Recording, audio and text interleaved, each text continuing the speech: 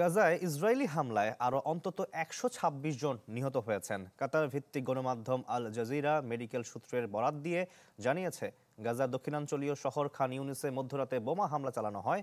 এতে প্রাণ হারান ৩৮ জন।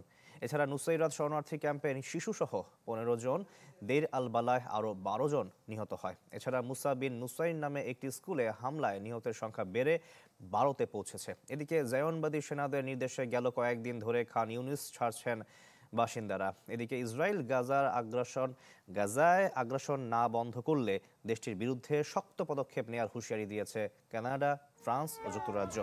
এছাড়া অবরুদ্ধ উপত্যকায় ত্রাণ প্রবেশে তেল আবিবকে আহ্বান জানিয়েছে ২২ দেশ।